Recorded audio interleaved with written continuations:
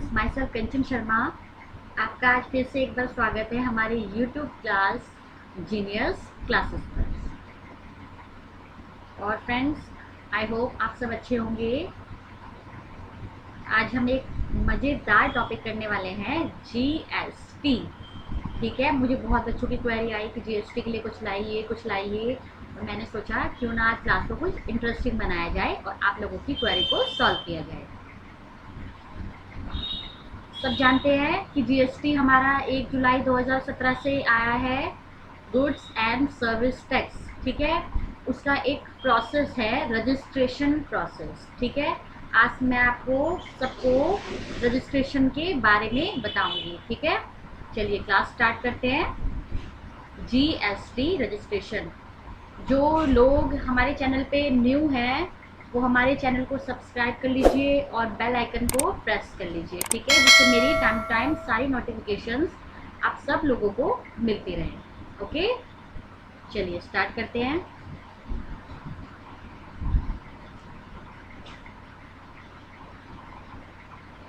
GST registration.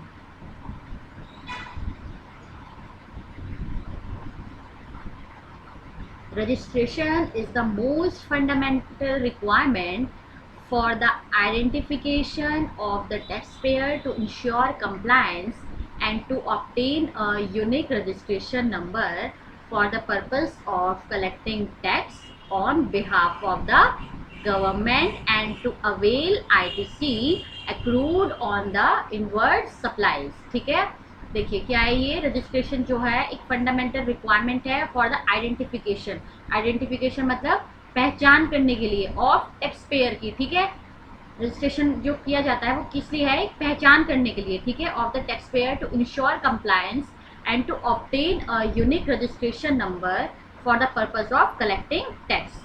ठीक है, on behalf of the government. ठीक है, एंड टू अवेल आईटीसी। ठीक है, रजिस्ट्रेशन होगा तो हम आईटीसी को भी अवेल कर सकते हैं। ठीक है, रजिस्ट्रेशन होगा ही नहीं तो हम आईटीसी अवेल नहीं कर पाएंगे। ठीक है, तो एक ये यूनिक रिक्वायरमेंट है for the identification of the tax payer. ठीक है, बेनिफिट्स ऑफ रजिस्ट्रेशन। बेनिफिट्स क्या क्या है फ्रेंड्स इसके, देखिए। Registration will confer the following advantage to a taxpayer. Number first है, he is legally recognized as supplier। he is legally recognized as supplier of goods और services। ठीक है, ये रिकॉग्नाइज करता है एज सप्लायर। ठीक है, कोई सप्लायर होगा गुड्स का या सर्विसेज का, ठीक है, वो लीगली उसको रिकॉग्नाइज कर लेगा। ठीक है, कि भाई ये ऐसे करके ऐसे बंदा है। ठीक है ना, सप्लायर को वो रिकॉग्नाइज कर लेगा, पहचान लेगा। ठीक है, he is legally authorized to collect tax from his customer and pass on the credit of the taxes paid। ठीक है, ये क्या कहता है कि वो कलेक्ट टैक्स कर सकते हैं हम फ्रॉम हिज कस्टमर, अपने कस्टमर से टैक्स कलेक्ट कर सकते हैं। ठीक है, अब हम रजिस्टर ही नहीं होंगे तो हम कैसे कलेक्ट करेंगे टैक्स को। ठीक है, इसलिए इसके बेनिफिट्स हैं रजिस्ट्रेशन की। मतलब अगर रजिस्ट्रेशन होगा तो हमें ये बेनिफिट्स जो हैं ये अवेल हो जाएंगे। ठीक है, चलिए। ही can claim input tax credit of the tax paid and can utilize the same for payment of taxes due on supply of goods or services। ठीक है, ये क्या कहना चाहता है कि वह क्लेम कर सकता है। कौन कर सकता है, इनपुट टैक्स क्रेडिट क्लेम कर सकता है। ठीक है, of taxes paid and can utilise the same for payment. Utilise कैसे कर सकते हैं, सबको पता है ना कि जो आईजीएसटी है, आईजीएसटी कब होता है, हमारी इंटरस्टेट सप्लाई पर होता है। ठीक है, तो हम क्या करते हैं, उसको कैसे यूटिलाइज करते हैं, आईजीएसटी सबसे पहले सीजीएसटी से होगा। ठीक है, फिर एसजीएसटी से होगा। ठीक है ना, ऐसे करके हम इसका एक ना वो होता है, प्रोसेस होता है। ऐसा नहीं कि हम किसी से भी इसको कर लें। ठीक है, यूटिलाइज इसका एक प्रोसेस होता है कि पहले हम सीजीएसटी से करेंगे, उसके बाद हम एसजीएसटी से करेंगे। ठीक है, ये मैं आपको आगे समझाऊंगी। ठीक है, अभी आप इतना ही जानिए कि he can claim ITC of taxes paid and can utilise the same for payment of taxes due on supply of goods or services। ठीक है, नेक्स्ट है seamless flow of input tax credit from suppliers to recipient at national level। ठीक है, at national level।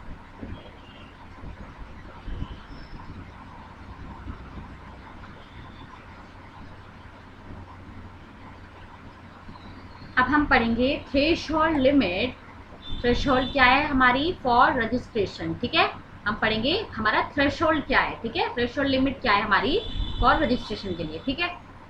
Registration is mandatory when aggregate turnover in financial year exceeds ₹20 lakh. Aggregate turnover क्या होती है?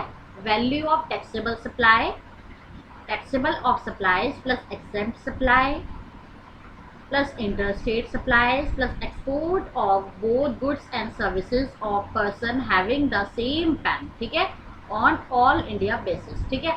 देखिए जो हमारी एग्रीगेट टर्नओवर है ना, उसमें हम ना इंक्लूड करेंगे वैल्यू ऑफ टैक्सेबल सप्लाईज को, एग्जेम्प्ट सप्लाईज को, इंटरस्टेट सप्लाई को और export of goods and services को, ठीक है, of person having the same permanent account number, ठीक है। अब ये तो है वो आइटम्स जिनको हम इंक्लूड करेंगे। एक्सक्लूड क्या करेंगे? देखिए एक्सक्लूड करेंगे हमारी इनवर्ड सप्लाई को, ठीक है, एक्सक्लूड करेंगे। यहाँ पे आप नोट कर लीजिए कि एक्सक्लूड करेंगे किसको? इनवर्ड सप्लाई को, ठीक है। और जैसे किसको इंक्लूड नहीं करेंगे? एक्सक्लूड मतलब इनको इंक्लूड नहीं करेंगे, है ना। देखिए और डिस्काउंट वगैरह होगा ना, उसको भी हम इंक्लूड नहीं करेंगे, इसको भी एक्सक्लूड कर देंगे, ठीक है। और हमारे टैक्सेस, टैक्सेस मतलब CGST, SGST, ठीक है, इन सबको हम एक्सक्लूड कर देंगे, ठीक है। एंड किसको करेंगे? एंड सेस को कर देंगे एक्सक्लूड, ठीक है, सेस को भी हम एक्सक्लूड कर देंगे, ठीक है। इंक्लूड करेंगे इन सबको, ये लिखा भी है, aggregate turnover value of taxable supply of supplies plus exempt supplies, interstate supplies plus export of both goods and services of person having the same pan, ठीक है। इनको इंक्लूड करेंगे और एक्सक्लूड कर देंगे इनवर्ड सप्लाई, और जो हमारे टैक्सेस हैं, सेस हैं, उन सबको एक्सक्लूड कर देंगे, ठीक है। Except for special category states, ठीक है। स्पेशल कैटेगरी स्टेट्स हैं हमारे, मैं आपको ये आगे बताऊंगी कौन कौन से स्टेट्स हैं हमारे, ठीक है। वहां पर आप अभी ये जाने कि उनका थ्रेशोल्ड हमारा 10 लाख, ठीक है, उनका थ्रेशोल्ड क्या है हमारा 10 लाख है, और बाकी के लिए हमारा थ्रेशोल्ड क्या है 20 लाख है, ठीक है। ये बहुत इंपॉर्टेंट पॉइंट है कि स्पेशल कैटेगरी स्टेट्स जो है ना, उनके लिए हमारा 10 लाख है एग्रीगेट टर्नओवर, ठीक है। इस चीज को आप याद रखेंगे, ठीक है, ये बहुत इंपॉर्टेंट है।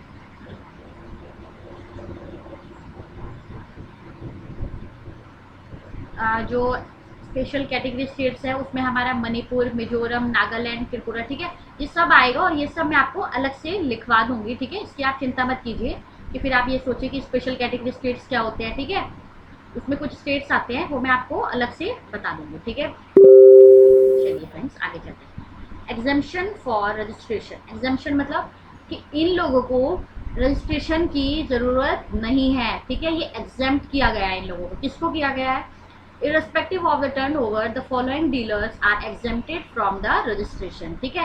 कौन कौन से हैं ये? एग्रीकल्चरिस्ट, ठीक है, जो एग्रीकल्चरिस्ट है, मतलब जो एग्रीकल्चर कर रहे हैं for the purpose of agriculture, ठीक है ना, जो खेती वेती कर रहे हैं, ठीक है ना, उनको इससे एग्जम्पशन मिली हुई है, ठीक है।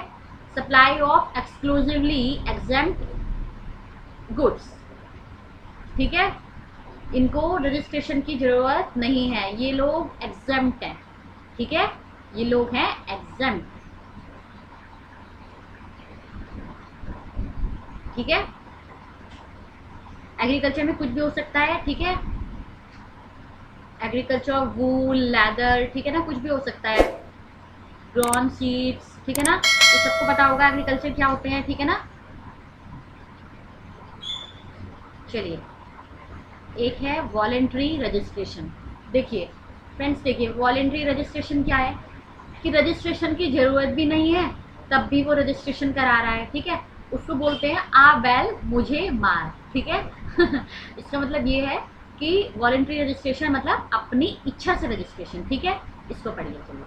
ए person not liable to be registered under the act may get himself registered voluntary, ठीक है, वो वॉलेंट्रीली रजिस्ट्रेशन कर रहा है to avail ITC and pass on the ITC to the recipient, ठीक है। एक इंसान खुद से रजिस्ट्रेशन करना चाहता है, वॉलंटरी रजिस्ट्रेशन करना चाहता है, उसको बोलते हैं वॉलंटरी रजिस्ट्रेशन। ठीक है, आई होप आपको क्लासेस अच्छी लग रही होंगी। तो लाइक के बटन को प्रेस करना नहीं भूलिएगा, ठीक है ना। चलिए, एक है वॉलंटरी रजिस्ट्रेशन, मैंने आपको बता दिया, एक है कंपल्सरी रजिस्ट्रेशन, कि ये तो रजिस्ट्रेशन कंपल्सरी है, मतलब अनिवार्य है। ठीक है, the following class of person shall compulsorily registered. A point है persons making inter state taxable supply. ठीक है, अब ये इंटर स्टेट टैक्सेबल सप्लाई सब समझते हैं ना। इंटर स्टेट क्या होती है, अपने स्टेट के बाहर सप्लाई करना। ठीक है, और इंटर स्टेट क्या होती है, अपने ही स्टेट में सप्लाई करना। ठीक है, एक होता है इंटर कि अपने से बाहर स्टेट में, ठीक है, एक होता है इंट्रा। ठीक है, और एक है कैजुअल टैक्सेबल पर्सन। ठीक है, ये क्या होते हैं मैं आपको आगे ये डिटेल से समझाऊंगी। देखिए आगे आएगा कैजुअल टैक्सेबल पर्सन। ठीक है, अभी आप ये जानिए कैजुअल टैक्सेबल पर्सन को भी कंपलसरी रजिस्ट्रेशन के लिए वो रिक्वायर्ड है। ठीक है, persons who are required to pay tax under reverse charge. Reverse charge क्या होता है, जिसमें रिसिपिएंट जो है वो टैक्स पे करेगा। ठीक है, रिवर्स चार्ज में recipient is liable to pay tax. ठीक है, और फॉरवर्ड चार्ज में क्या होता है, supplier is liable to pay tax. ठीक है, तो persons who are required to pay tax under reverse charge, इसमें रिसिपिएंट जो है वो लायबल है टैक्स पे करने के। ठीक है, डी पॉइंट में आइए, persons who are required to pay tax as e commerce operator. E commerce operator सब समझते हैं ना, e commerce operator Flipkart, Amazon, ये सब हमारे ई कॉमर्स ऑपरेटर्स हैं। ठीक है, persons who are required to pay tax as e commerce operator. ठीक है, इनको मैंडेटरी है, इनको कंपलसरी है रजिस्ट्रेशन लेना। ठीक है, non resident taxable person, NRTP बोलते हैं इसको। ठीक है, ये फॉरेनर्स होते हैं बट बेसिकली ओकेजनली वो काम करते हैं कहाँ पर, इंडिया में। ठीक है, F पॉइंट में आइए, persons required to deduct tax as TDS। जो डिडक्ट कर रहा है टैक्स एज TDS उसको भी कंपलसरी है रजिस्ट्रेशन करना। ठीक है, जी पॉइंट है, persons required to collect tax as TCS। ठीक है, TDS भी है और TCS टैक्स कलेक्टिंग। ठीक है ना, इलेक्ट्रॉनिक कॉमर्स ऑपरेटर है ये भी। ठीक है, इसको भी कंपलसरी रजिस्ट्रेशन की ज़रूरत है। ठीक है, ये कंपलसरी रजिस्ट्रेशन की इनको रिक्वायरमेंट है। ठीक है, ये बेसिक पॉइंट्स हैं, आप लोग सब याद कर लीजिएगा, ये एग्जाम के पॉइंट ऑफ व्यू से बहुत इंपॉर्टेंट है। ठीक है फ्रेंड्स, आज मैं कंपलसरी रजिस्ट्रेशन तक ये क्लासेस को रख रही हूँ। ठीक है, उसके बाद मैं कल आपको registration process, casual taxable person and non resident taxable person के बारे में समझाऊंगी। ठीक है, आई होप आपको आज क्लास अच्छी लगी होगी। ठीक है, और आपको इससे कोई भी रिलेटेड क्वेरी हो तो आप मुझे हमारे टेलीग्राम चैनल पर भेज सकते हैं, वहाँ पर मैं आपको डेफिनेटली रिप्लाई कर दूंगी। ठीक है, या फिर आप यहाँ पर मुझे कमेंट सेक्शन में भी अपनी क्वेरी भेज सकते हैं। ठीक है, चलिए आज की क्लास ख़त्म करते हैं यहीं पर। Okay, bye bye, take care.